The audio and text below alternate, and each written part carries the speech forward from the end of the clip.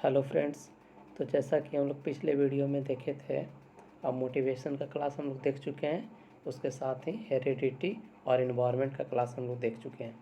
तो आज most important topic gene प्याजे से रिलेटेड क्वेश्चन जो लिए हैं वो सेलेक्टेड क्वेश्चन कुछ देखेंगे जो कि एग्ज़ाम के लिए बहुत ही इम्पोर्टेंट है। तो आइए हम लोग स्टार्ट करते हैं क्वेश्चन नंबर फर्स्ट से। पहला आपका क्वेश्चन बोलता है, प्याजे के अनुसार विकास की पहली अवस्था जन्म से लगभग 2 वर्ष की आयु के दौरान बच्चा खाली स्थान सबसे बेहतर सीखता है। तो इसका जो आपका सटीक आंसर जाएगा ऑप्शन 4, इंद्रियों के द्वारा। देखिए, प्याजे के अनुसार 4 अवस्थाएं बांटी गई है, जिसमें पहला अवस्था जो है इंद्रिय जनित अवस्था, जो जन्म से 2 वर्ष के उपरांत होता है। इसके बाद दूसरा अवस्था जो है आपका प्राक संक्रियात्मक अवस्था है, जो 2 से 7 वर्ष के बीच है। तीसरा आपका अवस्था मूर्त अवस्था, जो कि 7 से 11 वर्ष है। और चौथा अमूर्त अवस्था, जो कि 11 से 15 के ऊपर है। यानी कि ये आपका 4 अवस्था है। इससे प्याजे का हर एक क्वेश्चन कभी ना कभी देते ही रहता है। तो चलिए, इसका ऑप्शन आपका 4 सही हो गया। नेक्स्ट हम लोग चलते हैं ऑप्शन 2 के अकॉर्डिंग। प्याजे के अनुसार संज्ञानात्मक विकास के किस चरण पर बच्चा वस्तु अस्थायित्व को प्रदर्शित करता है? तो इसका आपका सटीक आंसर चला जाएगा पूर्व संक्रियात्मक चरण। यानी कि पूर्व संक्रियात्मक बोला जाए तो 2 से 7 वर्ष की अवस्था। नेक्स्ट क्वेश्चन नंबर 3 हम लोग देखेंगे। निम्न में से किसका कथन है कि ज्ञानात्मक विकास नकल पर आधारित न होकर खोज पर आधारित है? इसमें देखिए आपका 4 ऑप्शन दिया हुआ है, तो इसमें सबसे सटीक आंसर आपका किसका जाएगा? जीन प्याजे का। नेक्स्ट हम लोग चलते हैं क्वेश्चन नंबर 4। प्याजे के अनुसार कोई बच्चा किस अवस्था में अपने परिवेश की वस्तुओं को पहचानने एवं उनमें विभेद करने लगता है? तो इसमें देखिए 4 ऑप्शन दिया हुआ है, तो इसमें जो सटीक आंसर आपका होगा पूर्व संक्रियात्मक अवस्था, जो कि 2 से 7 वर्ष है। नेक्स्ट हम लोग चलेंगे क्वेश्चन नंबर 5। प्याजे ने किसी बच्चे के विचारों को नए विचारों के समावेश हो जाने को क्या कहा है? इसमें देखिए आपका 4 ऑप्शन दिया हुआ है, तो इसमें सबसे सटीक आंसर आपका जाएगा ऑप्शन नंबर 2, यानी कि 7वीं करण। नेक्स्ट चलेंगे क्वेश्चन नंबर 6 के। जीन प्याजे के अनुसार कितने वर्ष की आयु तक के बच्चों में संज्ञानात्मक परिपक्वता का अभाव पाया जाता है? देखिए यहाँ पे अभाव के बारे में पूछा गया है, तो इसमें जो आपका सटीक आंसर जाएगा ऑप्शन नंबर 2, यानी 6 वर्ष की आयु। नेक्स्ट हम लोग चलेंगे क्वेश्चन नंबर 7। क्वेश्चन नंबर 7 आपका कहता है, बच्चों के विकास से संबंधित निर्माण एवं खोज का सिद्धांत निम्न में से किसने दिया है? यहाँ देखिए एक न एक आपको मनोवैज्ञानिक से पूछेगा, जो कि किसी न किसी का कथन होगा। तो इसमें देखिए ऐसा बोला गया कि बच्चे के विकास से संबंधित निर्माण एवं खोज का सिद्धांत, तो ये आपका सटीक आंसर जाएगा जीन प्याजे। नेक्स्ट हम लोग चलेंगे क्वेश्चन नंबर 8। प्याजे द्वारा बताई गई बाल विकास की 4 अवस्थाओं में औपचारिक अथवा अमूर्त संक्रियात्मक अवस्था की अवधि है। देखिए अभी हमने बताया था कि जीन प्याजे के अनुसार 4 अवस्थाओं में बांटा गया है। तो फर्स्ट यहाँ ऑप्शन देखेंगे जन्म से 2 वर्ष, तो ये आपका हो गया संवेदी पेशी अवस्था, जिसको हम लोग इंद्रिय जनित अवस्था भी बोलते हैं, जिसको इंग्लिश में सेंसोरी मोटर बोला जाता है। नेक्स्ट है आपका 2 से 7 वर्ष, जो आपका प्राक संक्रियात्मक या तो पूर्व संक्रियात्मक अवस्था होता है। उसके बाद 3rd नंबर ऑप्शन पे दिया हुआ है 7 से 11 वर्ष। 7 से 11 वर्ष हो गया मूर्त अवस्था, जो कि आपको अभी अभी जस्ट बताए थे। और नेक्स्ट 11 वर्ष से ऊपर यानी कि प्रौढ़ावस्था तक, तो ये आपका अमूर्त अवस्था या औपचारिक अवस्था में आएगा। तो इसमें से देख लीजिए ये 4 ऑप्शन आपका दिया हुआ है, तो 4 ऑप्शन में इसका सटीक आंसर आपका ऑप्शन नंबर 4 पे जा रहा है। तो चलिए नेक्स्ट हम लोग क्वेश्चन नंबर 9 पे चलते हैं। जीन प्याजे में संज्ञानात्मक विकास को कितने चरणों में विभाजित किया गया है? देखिए कितना सटीक आंसर आपका दिया गया। इस अवस्था के बारे में पूछा गया कितने चरणों में बांटा गया है, तो अभी अभी जस्ट बताएं कि 4 चरण, और कहीं ना कहीं चारों चरण आप लोगों को याद हो गया होगा। तो ध्यान दीजिएगा, इस 4 अवस्था से बहुत सारे क्वेश्चन देखने को मिलता है, जो कि आपको एग्ज़ाम के पॉइंट ऑफ व्यू से बहुत ही इंपॉर्टेंट है। नेक्स्ट चलेंगे क्वेश्चन नंबर 10। प्याजे के संज्ञानात्मक विकास के सिद्धांत के अनुसार किस अवस्था में बालक परिकल्पनात्मक ढंग से समस्याओं पर विचार कर सकता है। अब देखिए यहाँ पे विचार करने की बात कही गई है, यानी कहीं ना कहीं बच्चा परिकल्पना करना स्टार्ट कर देता है, इस अवस्था में बोला गया है। तो इसमें भी आपका 4 ऑप्शन दिया हुआ है, तो ऑप्शन नंबर 1 इसमें आपका सही आंसर हो जाएगा, यानी कि अमूर्त संक्रियात्मक अवस्था। अमूर्त का मतलब ही होता है कि अमूर्त चिंतन करना, यानी कि जो कि कल्पना तर्क वितर्क करना स्टार्ट कर देता है जब बच्चा, तो वो आपका 11 वर्ष से ऊपर हो जाएगा। चलिए नेक्स्ट हम लोग चलेंगे क्वेश्चन नंबर 11 पे। वातावरण के अनुसार स्वयं को ढालना क्या कहलाता है? अब इसमें देखिए ऑप्शन ए में दिया हुआ है समीकरण, ऑप्शन 2 समायोजन, ऑप्शन 3 अनुकूलन, या फिर ऑप्शन 4 सहकारिता। इसका जो सटीक आंसर आपका आ जाएगा अनुकूलन, एडेप्टेशन के अकॉर्डिंग। वातावरण को खुद को मतलब कि वातावरण के अकॉर्डिंग वो ढाल लेता है, तो वो अनुकूलन के अंतर्गत आता है। चलिए नेक्स्ट हम लोग देखेंगे क्वेश्चन नंबर 12। पियाजे के संज्ञानात्मक विकास के सिद्धांत के अनुसार विकास खाली स्थान है। अब इसमें देखेंगे आपका ऑप्शन दिया हुआ है 4, इसमें आपका जो सटीक आंसर हो जाएगा और विकास से रिलेटेड आपका ऑप्शन नंबर 2, यानी विकास जो है निरंतर चलने वाली प्रक्रिया है, यानी कि वो कभी नहीं रुकती है, निरंतर जन्म से लेकर मृत्यु के 1 सेकंड पहले तक चलती है। तो नेक्स्ट हम लोग चलेंगे क्वेश्चन नंबर 13। शिक्षकों को प्रयोगात्मक शिक्षा एवं व्यवहारिक शिक्षा पर बल देना चाहिए। प्रयोगों के माध्यम से बालकों में नवीन विचार का संचार होता है एवं इससे उनमें मौलिकता का सृजन होता है। निम्न में से यह कथन संबंधित है। देखिए ये आपका क्वेश्चन दिया हुआ है, इसमें 4 ऑप्शन है, तो इसका जो आपका सटीक आंसर जाएगा ऑप्शन नंबर 1, पियाजे के संज्ञानात्मक विकास के शैक्षिक महत्व से। नेक्स्ट हम लोग देखेंगे क्वेश्चन नंबर 14। निर्माण और खोज का सिद्धांत निम्नलिखित में से किसने दिया था? अब इसमें भी देखिए आपका सटीक आंसर किसके साथ जाएगा, कहीं ना कहीं हम लोग जीन पियाजे से ज़्यादा जिक्र कर रहे हैं, तो इसका आपका सटीक आंसर जीन पियाजे। जीन पियाजे ने बोला था निर्माण और खोज का सिद्धांत जो दिया था। नेक्स्ट हम लोग देखेंगे क्वेश्चन नंबर 15। 15 नंबर क्वेश्चन है पियाजे थे। अब देखिए पियाजे थे क्या थे? ऑप्शन ए दिया हुआ है खगोलविद थे या भू गर्भशास्त्री थे, ऑप्शन 3 मनोवैज्ञानिक थे, या फिर ऑप्शन 4 समाजशास्त्री थे। तो जैसा कि हम लोग जानते हैं कि जीन पियाजे एक मनोवैज्ञानिक थे, यानी कि इसका ऑप्शन आपका 3 हो जाएगा। नेक्स्ट हम लोग देखेंगे क्वेश्चन नंबर 16। इंद्रिय जनित गामक अवस्था होती है। अभी अभी जैसे कि हमने बताया था कि जन्म से 2 वर्ष ये आपका सेंसोरी मोटर कहलाता है, यानी कि इंद्रिय जनित बोलिए या फिर संवेदी पेशीय बोलिए, तो ये आपका ऑप्शन नंबर 3 सही हो जाएगा। नेक्स्ट हम लोग देखेंगे क्वेश्चन नंबर 17 को लेकर चलेंगे। निम्नलिखित में से किस अवस्था में भाषा संबंधी योग्यता का विकास अपने चरमोत्कर्ष पर होता है? इसमें आपका 4 ऑप्शन दिया हुआ है, 4 ऑप्शन में आपका सटीक आंसर जाएगा ऑप्शन नंबर 1 के साथ, औपचारिक संक्रियात्मक अवस्था, जिस अवस्था में भाषा संबंधी योग्यता का विकास पूर्ण रूपेण होने लगता है। नेक्स्ट हम लोग देखेंगे क्वेश्चन नंबर 18। बच्चों में भाषा का विकास प्रारंभ हो जाता है।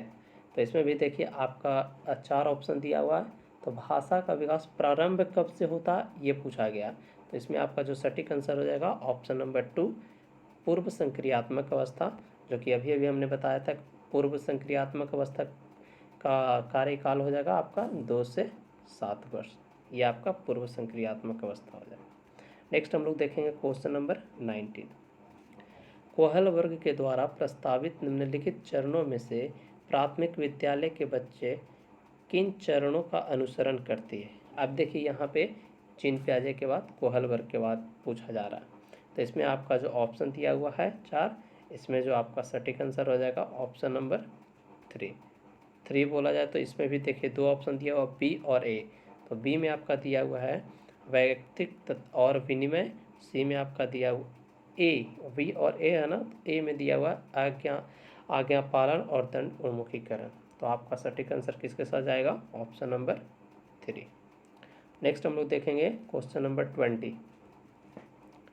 कोहल वर्ग के अनुसार सही और गलत के बारे में बच्चे खाली स्थान चिंतन करते हैं, तो इसमें भी देखिए आपका चार ऑप्शन दिया हुआ है, जिसमें आपका सटीक आंसर जाएगा ऑप्शन नंबर 1। अलग आयु के अलग तरीके से, यानी कि देखिए अलग अलग आयु के जो बच्चे होते हैं वो अलग अलग अपना तर्क करते हैं, अपना सोचने का चिंतन अलग अलग करते हैं। नेक्स्ट हम लोग देखेंगे क्वेश्चन नंबर 21। निम्न में से किसने नैतिक विकास की अवस्था के सिद्धांत का प्रतिपादन किया?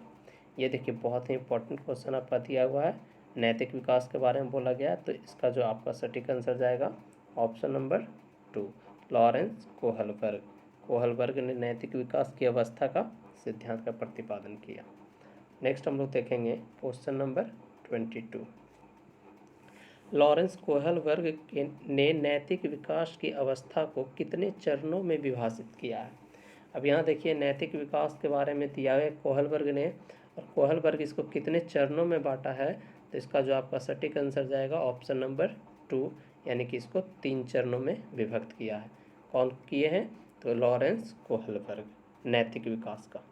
नेक्स्ट हम लोग देखेंगे क्वेश्चन नंबर 23। कोहलबर्ग द्वारा प्रतिपादित नैतिक विकास की अवस्था के सिद्धांत के अनुसार नैतिक या चारित्रिक विकास की चरम अवस्था है।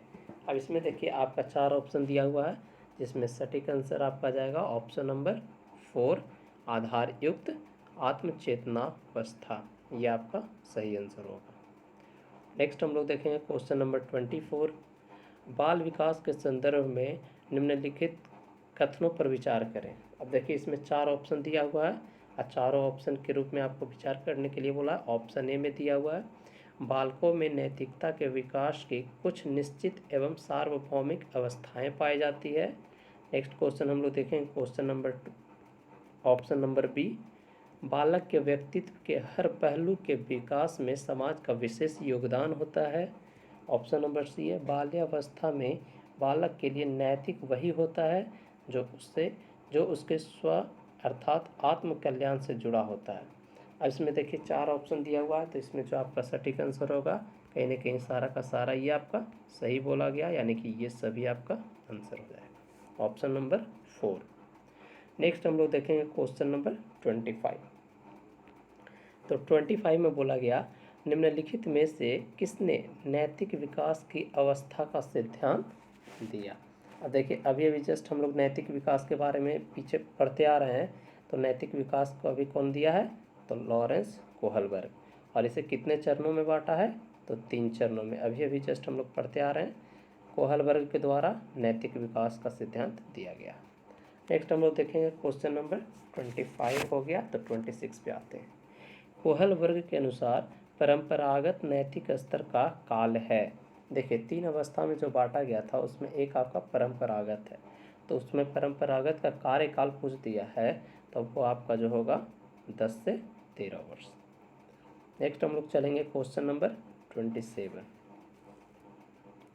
निम्नलिखित में से किसका संबंध पूर्व नैतिक स्तर से है? अब देखिए इसमें पूर्व नैतिक स्तर से पूछा गया है, तो इसमें आपका 4 ऑप्शन है, इसमें आपका सही आंसर आपका हो जाएगा आत्म केंद्रित निर्णय। तो नेक्स्ट हम लोग देखेंगे क्वेश्चन नंबर 28।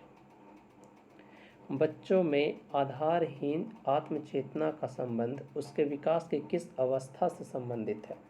और इसमें भी आपका 4 ऑप्शन दिया हुआ है, जिसमें से इसका आपका सटीक आंसर जाएगा किशोरावस्था। नेक्स्ट हम लोग देखेंगे क्वेश्चन नंबर 29। निम्नलिखित में से कौन एक सुमेलित नहीं है? अब देखिए यहाँ कौन सुमेलित नहीं है इसके बारे में पूछा गया है, तो आपका 4 ऑप्शन दिया हुआ है, और देखिए कहीं ना कहीं ये 4 ऑप्शन आपका जो नैतिक विकास कोहलबर्ग का जो दिया हुआ है, इसमें से 3 आपका देखिए तीनों का तीनों दिया हुआ है, एक पूर्व नैतिक स्तर, परंपरागत नैतिक स्तर और उत्तर परंपरागत नैतिक स्तर।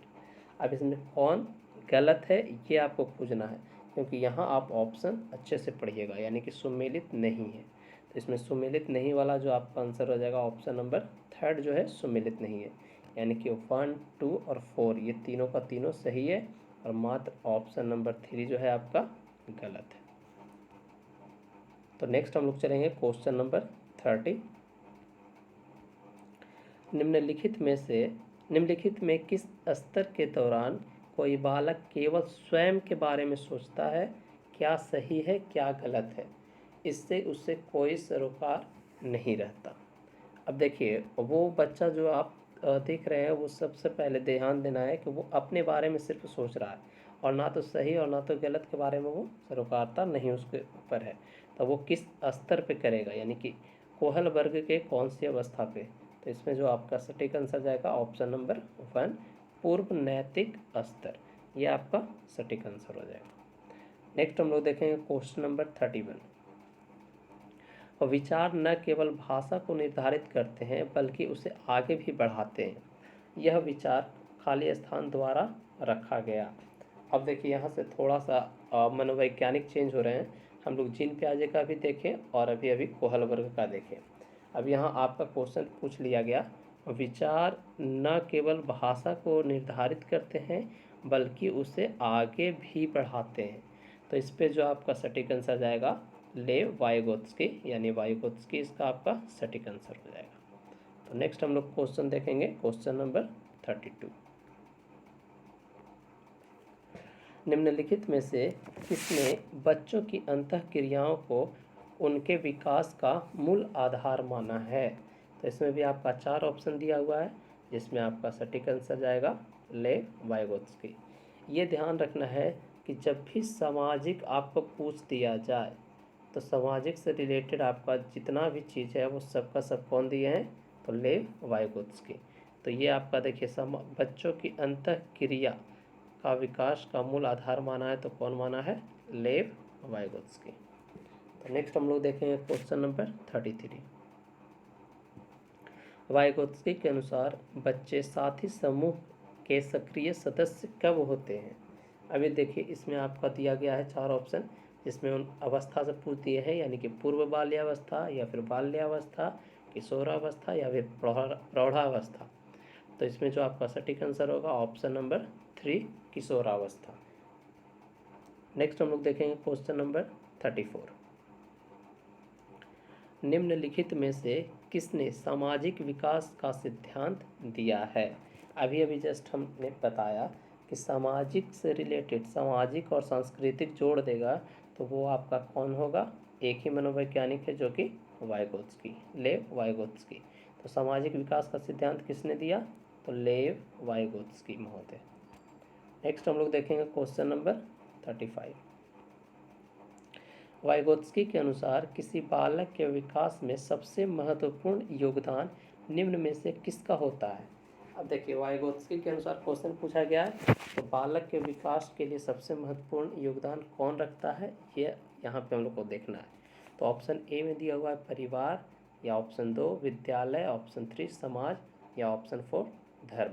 तो देखिए अभी अभी जैसा कि हमने बताया सामाजिक से रिलेटेड, यानी देखिए इसका आपका जो सटीक आंसर होगा आपका समाज होगा। यानी वाइगोत्स्की का कहना है कि बच्चे को समाज में छोड़ दिया जाए तो उसका संपूर्ण विकास हो जाएगा, यानी कि समाज के द्वारा ही वो अपना विकास डेवलपमेंट करता है। नेक्स्ट क्वेश्चन नंबर हम लोग देखेंगे 36। वाइगोत्स्की के अनुसार खाली स्थान के बाद खाली स्थान में लिंग संबंधी चेतना खाली स्थान हो जाती है। तो इसमें भी आपका 4 ऑप्शन दिया हुआ है, इसमें आपका ऑप्शन नंबर 3 सटीक आंसर होगा। यानी वाइगोत्स्की के अनुसार बाल्यावस्था के बाद किशोरावस्था में लिंग संबंधी चेतना तीव्र हो जाती है। ये ध्यान देना है, पहले बाल्यावस्था आता है, उसके बाद किशोरावस्था आता है। बाल्यावस्था का कार्यकाल आपको पता होगा 6 से 12 वर्ष, और किशोरावस्था जो है 13 से 19 वर्ष के बीच आता है। नेक्स्ट हम लोग देखेंगे क्वेश्चन नंबर 37। वाइगोत्स्की के सामाजिक विकास के सिद्धांत के अनुसार, देखिए यहाँ भी आपका क्वेश्चन में दिया गया वाइगोत्स्की का सामाजिक विकास का सिद्धांत, यानी कि समाज से रिलेटेड जब भी देगा सामाजिक सांस्कृतिक, तो आपका ये वाइगोत्स्की महोदय ही होंगे। तो वाइगोत्स्की के सामाजिक विकास के सिद्धांत के अनुसार बालक को खाली स्थान में जिस प्रकार की खाली स्थान प्राप्त होगी उसका फिल इन द ब्लैंक्स भी उसी प्रकार होगा। तो 37 का आप ध्यान दीजिएगा, 37 में आपका जो सटीक आंसर होगा ऑप्शन नंबर 2। इसको आप सेट करेंगे कैसे सही होगा। वाइगोत्स्की के सामाजिक विकास के सिद्धांत के अनुसार बालक को सबसे पहले देखिए समाज में, यह आप ध्यान देना है कि क्या आ जाएगा, वाइगोत्स्की दिया हुआ है तो समाज में जिस प्रकार की सुविधाएं प्राप्त होगी उसका विकास उसी प्रकार होगा। यानी कि जैसा जैसा समाज में उसको सुविधा मिलेगा उसका डेवलपमेंट उसी प्रकार से किया जाएगा। नेक्स्ट हम लोग देखेंगे क्वेश्चन नंबर 38। निम्नलिखित में कौन सी अवस्था संवेगों यानी भाव को तीव्र अभिव्यक्ति की अवस्था है। अब इसमें देखिए 4 ऑप्शन दिया हुआ है। 4 ऑप्शन में आपका जो सटीक आंसर होगा किशोरावस्था, यानी किशोरावस्था बोला गया कि किशोरावस्था संवेगों की तीव्र अभिव्यक्ति की अवस्था है। नेक्स्ट हम लोग देखेंगे क्वेश्चन नंबर 39। निम्नलिखित में से किस मनोवैज्ञानिक ने सहयोगात्मक समस्या समाधान पर बल दिया है। अब यहाँ देखिए, यहाँ पे भी आपका 4 ऑप्शन दिया हुआ है। तो सहयोगात्मक समस्या पे बल देने वाले कौन से मनोवैज्ञानिक थे, तो लेव वाइगोत्स्की, ये आपका सटीक आंसर है। नेक्स्ट हम लोग देखेंगे क्वेश्चन नंबर 40। सहानुभूति, सहयोग, सद्भावना तथा परोपकार जैसी प्रवृत्ति पाई जाती है। अब ये देखिए जितना ये सब 4 ये आप देख रहे हैं कि सहानुभूति, सहयोग, सद्भावना, तो ये देखिए ये आपका जो पाया जाता है ये आपका किशोरावस्था में ही, क्योंकि किशोरावस्था जो होता है आपका 13 से लेकर 19 वर्ष की अवस्था होती है और उसी में ये सारे का सारा गुण आपको देखने को मिलेगा। तो इसका जो सटीक आंसर आपका हो जाएगा क्वेश्चन ऑप्शन नंबर 2 आपका सटीक हो जाएगा। तो आज के लिए इतना ही रहेगा। आज जीन प्याजे से रिलेटेड हम लोगों ने 40 क्वेश्चन को सोल्व किए। तो जैसे कि आप देख रहे हैं कि टॉपिक वाइज एक एक क्वेश्चन को हम लोग लेते आ रहे हैं। तो इस तरह से आप अपना स्टडी ध्यान से करते रहिए और दिसंबर में होने वाले सीटेट में अच्छे मार्क्स लाइए। चलिए मिलते हैं फिर अगले नेक्स्ट टॉपिक में। जैसा आपको कैसा लगा इस चीज़ को आप कमेंट में ज़रूर बताइएगा। चलिए मिलते हैं नेक्स्ट वीडियो में। Thank you.